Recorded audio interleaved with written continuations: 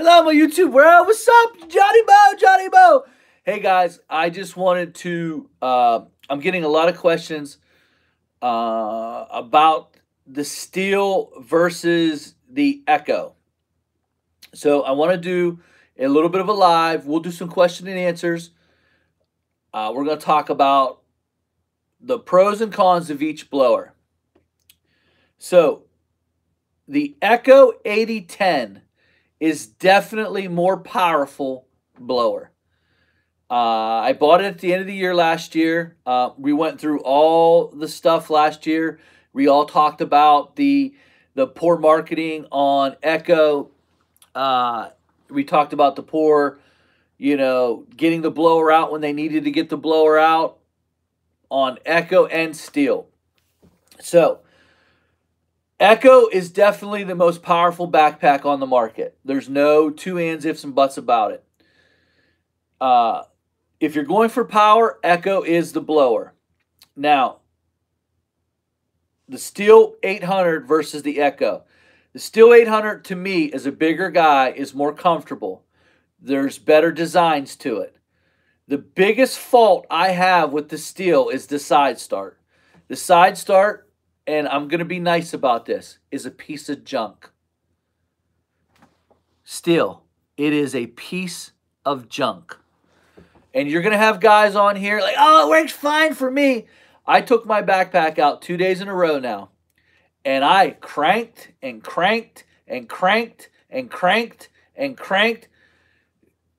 The easy start system, like I'm talking about 10 pulls in a row where there's nothing. Like there's nothing there. Slow, fast, there's nothing there. It is, to me, it's a waste of time. It is absolute.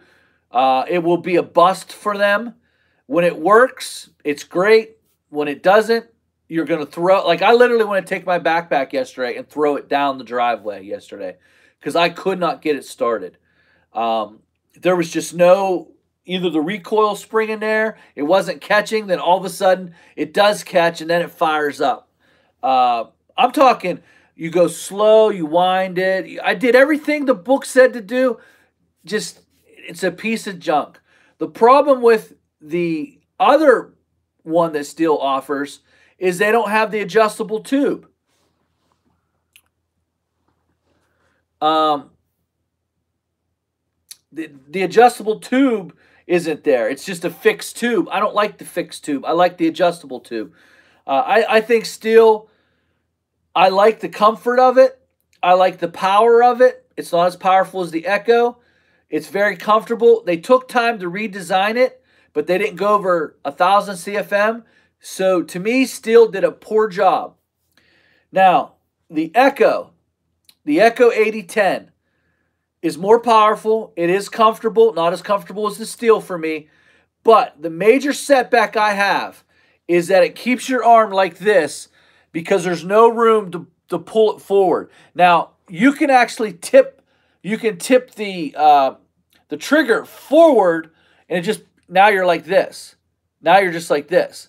So, if you have smaller arms, you'll get used to it. Like I got used to it last year. I just didn't like it. I didn't like it. I just didn't like, it was heavy. It hurt my shoulder, hurt my bicep. But after a couple days using it, you're fine. But just, it doesn't sit on my back quite right. The parachute straps were comfortable. The power is definitely there. And I think after Echo sees this video and because I talked to a couple Echo people here recently. I know that they're watching my videos. I also know that, some of the reps are saying that I gave the best feedback about the blower as opposed to the ones they gave out where they're awesome. There's no problem. They're the best thing since sliced bread. I actually gave the best feedback. And I thank you, Echo, for watching.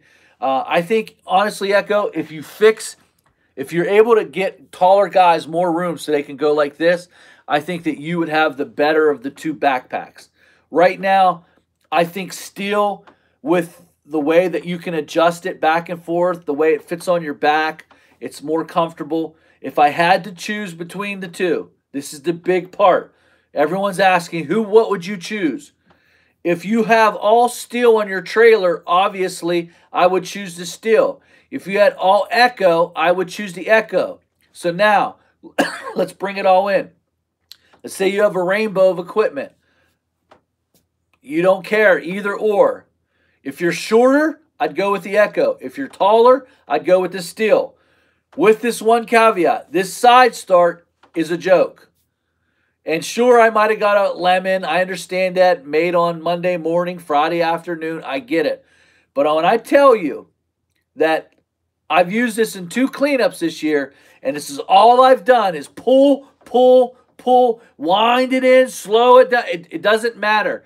It's not catching in there, and there's nothing. It's nothing. And then all of a sudden, it catches. Out of nowhere, it just catches.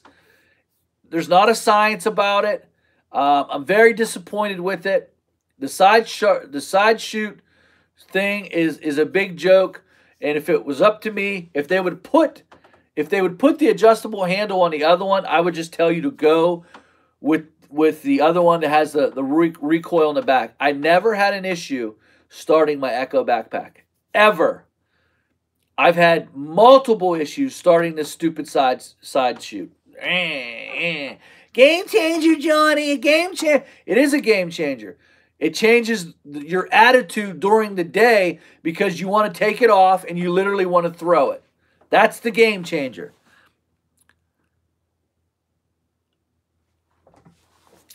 I'm reading comments as they come up. But that's my opinion on it. I think Echo probably has the better of the two when you consider the power. I think the steel is definitely more comfortable. I actually just sold my Echo. I just sold it today. The guy came and picked it up. It is no longer a part of our fleet. And the only reason why I sold it, guys, was because I have all steel. I'm not going to go all Echo. I'm not transferring. I've had my weed eaters. We're going on our, I think this is our 3rd or 4th year on a weed eaters. 94Rs. And I've only had to replace one carburetor. And when I was all Echo, I had some issues with their carburetors. I have 2 Echo 755s. I love them. Yeah, those were good. I mean, the 755, the Echo, their next biggest backpack, whatever that is, those are obsolete now. Those are obsolete. I would not own a backpack. The only 3 backpacks I would consider right now are the 800, the 8010, and Mariama's, and the Red Max. The Red Max 8010 or whatever, there's just 8500. The Red Max 8500. Those are the 4 backpacks I think that they're only worth buying. The rest of them just aren't powerful enough to do what you need it to do, and it's overkill to use a backpack on a little sidewalk if you're just blowing. You could use a little handheld blower. To me, backpacks are going to be used for big driveways, condominiums. When you're trying to blow off multiple driveways, that's where you want a backpack. The BR600, the BR700, the Echo, the one below the 8010, the Red Max 7500, those are all obsolete now. You can just, like, I would not buy them unless you got a heck of a deal. Like, if you bought one of those backpacks for $300, then I'd say, yeah, that's a decent backpack to go. But now that you got the big boys, the 900s and the 1050, the rest of them are obsolete. I wouldn't own anything under a 900 CFM. Beer 600 beer. I am happy with them, and I am not looking to upgrade at the moment, but always interested to hear what you have to say. All right, thank you, my man. Both of those backpacks, I would probably upgrade if I were you. I would upgrade to I mean, the BR700, you're at 900, but I will say that the 800 with that extra miles per hour does outdo it. They stopped producing the 7. Did they? I didn't know that. I had Scott K said they stopped producing the 700. I did not know that. That's interesting to know. The 600 is all you need. You must not have used a bigger backpack.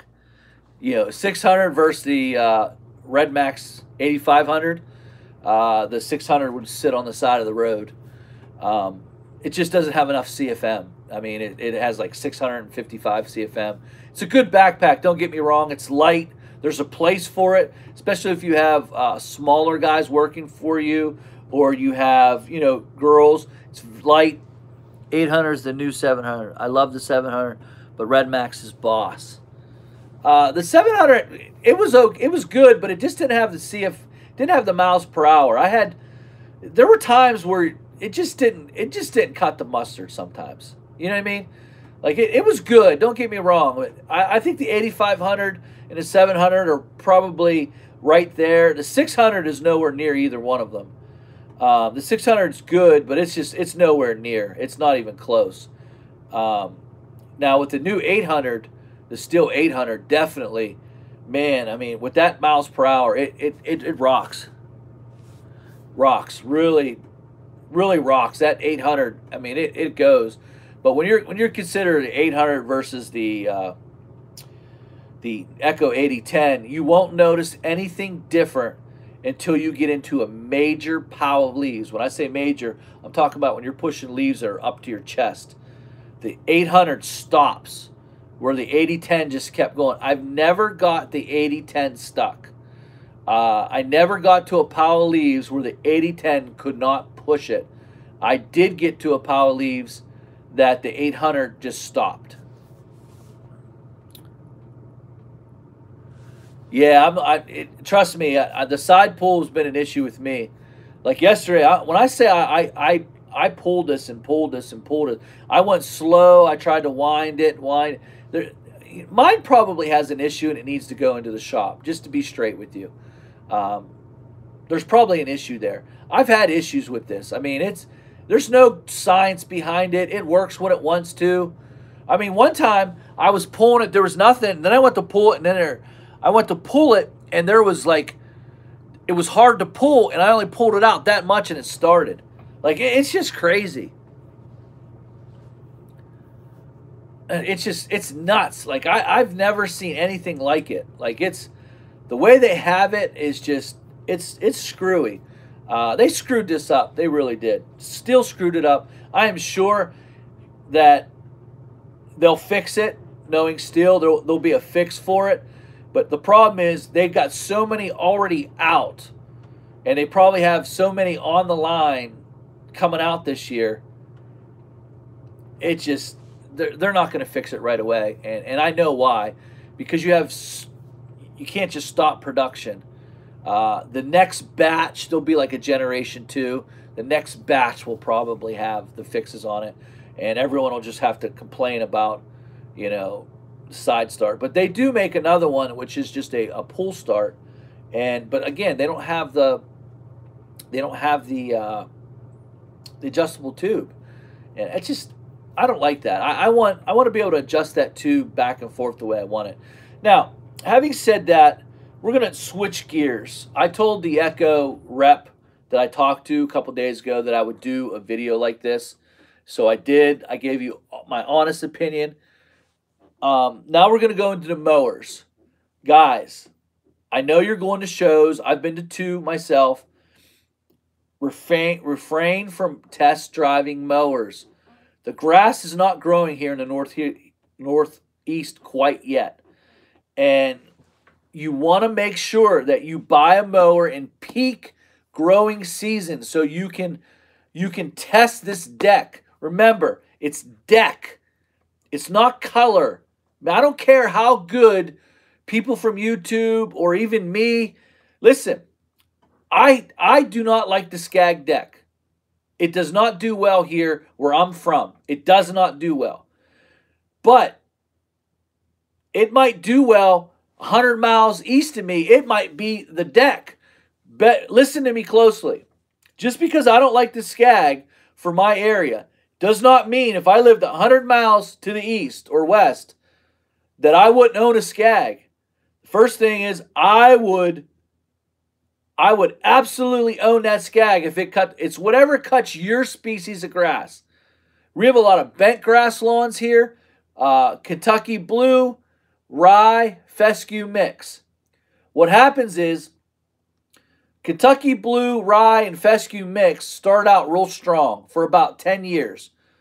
And then about the 15-year mark, all the good grasses start dying, and then this one little grass moves in. It's called bent grass. And it is the worst grass to cut in the spring. It grows straight up into the air, and then when summertime comes, it gets above 80 degrees, it falls down, so you need to have a deck with a lot of suction to get it sucked up and cut, and it holds moisture all the time. Bent grass is, and you might not have bent grass in your area. You know, that's the grass right there. It's just, it stinks to cut, and a lot of decks can't cut it. You got to find a deck that'll cut it. Your area might have a different problem type of cut. Blade of grass, St. Augustine, Baja, Zoysia, you know, tall fescue, whatever your grass is, you need to find the deck that goes with that area. And again, I'm going to say this. If you consistently have to take a backpack blower to your lawn after you cut it, you got the wrong deck. 23 years of cutting. I have had to take a backpack to some areas, but I've never, I'm talking about maybe 5 times in all the years I've cut, I've had to do that. It's never been a standard practice of mine to backpack a lawn. It's never been. I did it once last year. No, I did it twice last year. I was on, it's the same lawn. It's a bent grass lawn. And it was springtime, and it was raining while I was cutting the lawn. I started it. I thought I could beat the storm in. It was pouring down, and it was raining really hard, and my Ferris deck just kept popping out clumps. So I went through, did the best I could. Same thing, different time, got caught in a rainstorm.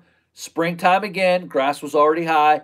I had the Toro 5000 at the time, and it made a mess, and I couldn't clean it up because it was, so I took a backpack to it. But if your standard practice is cut a lawn, backpack it, you got the wrong deck.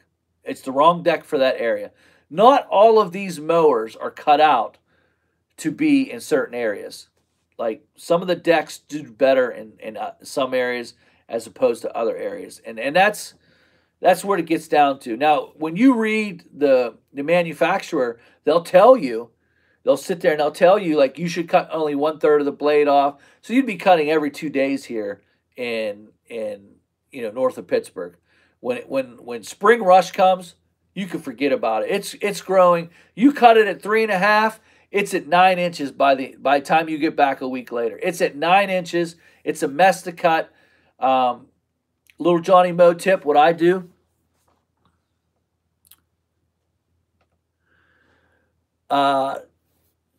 It's Scott K just said he owns a Bobcat, and it does better bagging than side shooting. I can understand that. Bobcat is a very, very tightly baffled deck system, and you definitely want to make sure you're in the right conditions. I want to say this too. I've seen a lot of videos of people cutting grass. They're demoing decks, and they're not demoing right. And why I say that, I'm going to tell you something about a Toro Turbo Force deck. In the paperwork, when you're cutting grass that's this high, you're going over it. How the deck works is it pulls air in from the back side of the deck. It's then transferred all the air and it's forcing air this way. So what happens is, when you stick that little chute down, when you cut large grass, that side chute should be up. It says it right in the pamphlet, about cutting grass. So I see guys, they're going straight through a field. There's the back of the deck is closed off. The only air it's getting is through the back side of the deck and through the side. So when you got the side of the deck and the back of the deck, it's drawing air in. On the other side of the deck, the side discharge, it's blowing out. So what happens is you're cutting grass, you're cutting into a wall. You got your side discharge chute down, so you're not pulling any air because the grass is too high over here. The only air you're really getting, and it's struggling, is through the backside. So you're cutting grass that's real high, and all the air that it was getting is cut off. So when you go through that, you can't side discharge properly because you have the side discharge chute that should be up, but it's down. So the grass is hitting the discharge chute and popping down. So now you have air that's getting blocked here. So when you're cutting the field and you're cutting high grass on both sides, and then you come through and you turn around, oh, look at that. I did a terrible job. I don't understand what happened. This must be a piece of junk. No, you didn't demo the machine right. Cutting grass that high is about airflow. Take your side discharge chute, turn it up. That way the grass can flip out of there. It can flip out of there. And try to don't cut a full pass because it's about airflow. It's about getting air under the deck and forcing it out the side. And we've seen numerous guys now do demos, and one of their favorite things to do is go through, and that's all decks. That's not just a Toro. All of a sudden, you'll have the Toro go through first, and then all the grass stands back. Why did the grass? Because it can't possibly cut. ICD deck has mine. But seriously, that's the only deck I can cut a tall fescue lawn, then cut the Bermuda. Again, I don't know the ICD deck. I don't know how good of a deck it is other places. It just does well enough here. The best decks around here that I've found are the Turbo Force and the Ultra Cut by Exmark. But once it gets wet, it's not. The ICD deck does outperform both decks when grass is wet. And when it's wet and really high, the ICD deck does really well. But the ICD deck it'll clean it up. So be careful listening to me or you're watching all these people demo mowers and, they're demoing all these things. And it's like, well, wait a minute here. First of all, different grass, operator error. And I can tell you, I can speak the kid's name. And it was definitely operator error when those two went through that field. Operator error. There's not a mower in the world that's going to be out. Now, you put a 37 EFI on that, and it might cut it up better than a 25 EFI, but it wasn't fair comparison. That discharge chute has to go up. You gotta get the air out. I take the discharge chute off. I just think there's no need for it because all you're doing, it's a safety thing. You don't want it shooting out into the road, but what it's doing is it's hitting the top of that and forcing it right into the soil. But what happens is if you're cutting a lot of grass, well, then you got a pretty big clump. You want to get grass spread over 2-3 passes and really just laid out nicely on the lawn. And then in Southern Kentucky, the IC deck has slowly taken over. It's on that. Well, I don't want to take credit for it, but I've talked to Ferris, and I've promoted the ICD deck. The ICD deck was on the Snapper Pro, the Ferris. It's just a great deck. It's an overall great deck. I don't think it's the best deck. I just think it's a good deck. Now, you put the ICD deck, and then you put springs on there. It's just, to me, it's a no-brainer. It's a no-brainer. By the way, I don't want to dispel another rumor or another. Johnny, you have all these things going on right now, all these sales. I want to tell you something. You'll get your best deal in August, September. Not now. You're getting $500 off. I bought a $13,000 mower. I want you to think, I bought a $13,000 mower. And that's a good price for the 3200 for $10,900. $10,900. A $13,000 for $10,900. Look it up. Go Ferris. Ferris ICD. A 3200 with a 37 EFI oil guard. And look it up. See how much these mowers are going for. And they're going to give you, we'll give you $750 off right now. Okay, so you get 13 grand, 750. You're still above 12. The later you wait, the better you are. You do not. Here's when you do not want to test demo a mower and the deck's capacity to cut grass. You don't want to do it right now, and you don't want to do it in July when it's all dried out. It's barely growing. You want to do it when it's in peak season. Those 4 weeks are your hardest cutting weeks, and you're only going to make it harder if you buy a mower that's not set up for where you're at. So if you're doing a stand-on, these are my recommendations. I would demo a Wright. I think the Wright probably has the most comfortable, probably the best stand-on mower as far as they've been in the business longer than anyone. They're probably doing it better, but also they have the platform where it needs to be. Now, here's the caveat to Wright. I'm not a fan of their Aircore decks. I do not think they're very good cutting decks. I would test drive it. I would make sure that deck's going to do everything you need to do. But as far as the standard and deck performance, if it's great for your area, I would say yeah. Now, what I want you to do is go on YouTube, put in Wright, look at all the people that are doing it, and then also look at the finished product. Are they backpacking their lawns after cutting? How's it doing wet grass? How's it doing high wet grass? No mowers do good in wet grass, but how does this one specifically do? The next one I would say is the Ferret Z3. That would be, if it was between the two, I would buy the Z3. The problem is the Z3 is heavy to me. The Ferret Z3 is just way too heavy, 1,500 pounds or 1,200 pounds. But everything outside of that, that is that cats me out. As far as I'm concerned, comfort. Wright is definitely comfortable, but in my opinion, it cuts like a Hustler.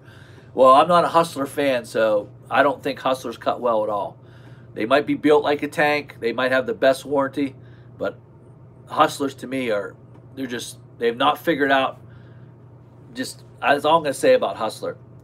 The Ferret Z3 to me is the one that I would go to. I do like the ZK Killer. I have demoed it. I have demoed a ZK Killer back when it was in its first or second year. I love the way it rode. I love the way it was on the side of hills. It did not cut good for me. The deck performance did not perform. I just think that Wright has been doing it longer. I think they deserve a shot. Their marketing, their online presence is phenomenal. They deserve a shot. But if I had to choose, I would take the Z3 over the Wright ZK Killer just because of deck performance. They both have the Vanguard 37 EFI. I don't know if Oil Guard is a game changer for you or not. If it is, it is. But to me, it's just not that big of a deal. The Ferris, and then after that, I would say, depending on your area, Toro, the Staris has promise. I was on a Staris here a couple days ago. I kind of liked it. I really liked the deck. I thought the platform was comfortable. I don't think they have enough engine power, the Staris, the Toros. I think that the engine must be, and I asked the rep, and his was his answer to me. He said, well, the way our deck is set up, more power is getting to the blades, so we use less gas, less power needed. Listen, doing this for 23 years. If you can get a 30 horsepower engine, do it. It makes all the difference in the world. Take a Exmark X and go against the S. Take the X with a 34, 34 Kawasaki or 34 Kohler, and then take a 25 EFI and go cut a field and find out which ones cut better. You want the biggest engine you can get and you can afford. Not saying that these 801s, these 659s can't cut grass, but if you're cutting for if you're cutting weekly lawns, weekly fertilized lawns, I want you to think about this. And then I'm going to end this video.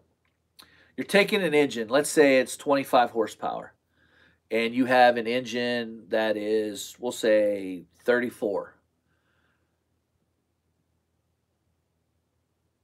You take that and you're cutting high grass. The engine with the 25 is going to struggle a lot more with the engine with 34. That means you're getting more wear and tear. It means you're going to get more bang for your buck. You're going to get more out of your engine. You're cutting weekly grass. 25 versus a 34. This engine is not going to run as hot as this engine is. Okay? So you got, this might even be overkill for what you're doing, but you'll have the mower longer. It's about keeping the mower longer. So you want to go, like I wouldn't own a zero turn with a 20 horsepower, 23 horsepower, 25, if I had to. I think you need to be 30 and above. The lowest I'd go now at this part of my career is 28. And even the 28, I just had a 28. It did it, but it just, you can do better. You can do better. You can absolutely do better. But that's my time. Yeah, any questions? I'll answer a couple. You need to make more content. I wish I had more time to make more content, man. These live videos are just a little bit easier for me because it's hard to sit down and do a 15-minute video because I am not doing cameras. Did you really miss this? I went over Echo, Steel. I went over mower decks, brands that I like. Again, going back to standard, I think Wright deserves a shot at your business, especially if you're in an area where that Wright deck can do it. My favorite standard right now would be the Z3, but it is heavy. That concerns me. That concerns me the most. After that, I like the Staris. I do like the Skag V-Rides. I like the Skag V-Rides. I do like them. They'd just be a little bit further down on my list. But whatever's good in your area. I think they all make decent mowers. I think all the warranties are just about the same. I think it's just whatever your dealer, like if you have a dealer that's 10 minutes to your house, give them a shot. If they have crappy mowers, don't buy there. I wouldn't have a dealer that I'd have, if it's 45 minutes to get to, I think you're pushing the envelope there. I think you need to have a dealer within 25 to 30 minutes of your house. Buy or own? I don't know what that meant, buy or own. I'm sure you were talking about, have you looked into the Maxfield 2 bagger for the SRS Z2 and Z3? No, I'm not familiar with that, so I don't want to say good or bad. I will say this. I did play around with the Ferris, I think it's an SW15. Buy or lease? Buy, never lease. No, I wouldn't lease. Buy and run it till you can't run it anymore. The SW15 Ferris is a push mower with a 32-inch deck, and it looks intriguing. Here's my thoughts on it. It is heavy, but they do have a hydro pump on it. It is on a push mower platform. I think there's a place for it. I probably won't play around with that right now until they come up with some really good attachment designs, because right now the attachments don't look too good. There's no bagger on it yet. There is a mulch kit, but I'm just not sure. I'm just not sure about that design. I do like the concept. I think if they could get a nice bagger unit for that, I think it's going to be a pretty cool thing. I think also if they could find a way to make it a mulch where you can close off like the Toro has, you can close it off. It's also $2,700. So I can actually buy almost 3 Time Masters for that. So yeah, Ferris has come up with a nifty little thing. I heard it's better on hills. It's a little heavy. The tires are about that thick. So I think with the heaviness of it, I think you're going to have some. I think you're going to have some serious problems with it making lines and ruts in the lawn. thin tires. I just don't think that's going to work out too good. But guys, that's my time. Man, I gave you a lot of content in here. The SW15 or whatever that push mower is from Ferris, did that. The Echo, the Steel, the Dex, and I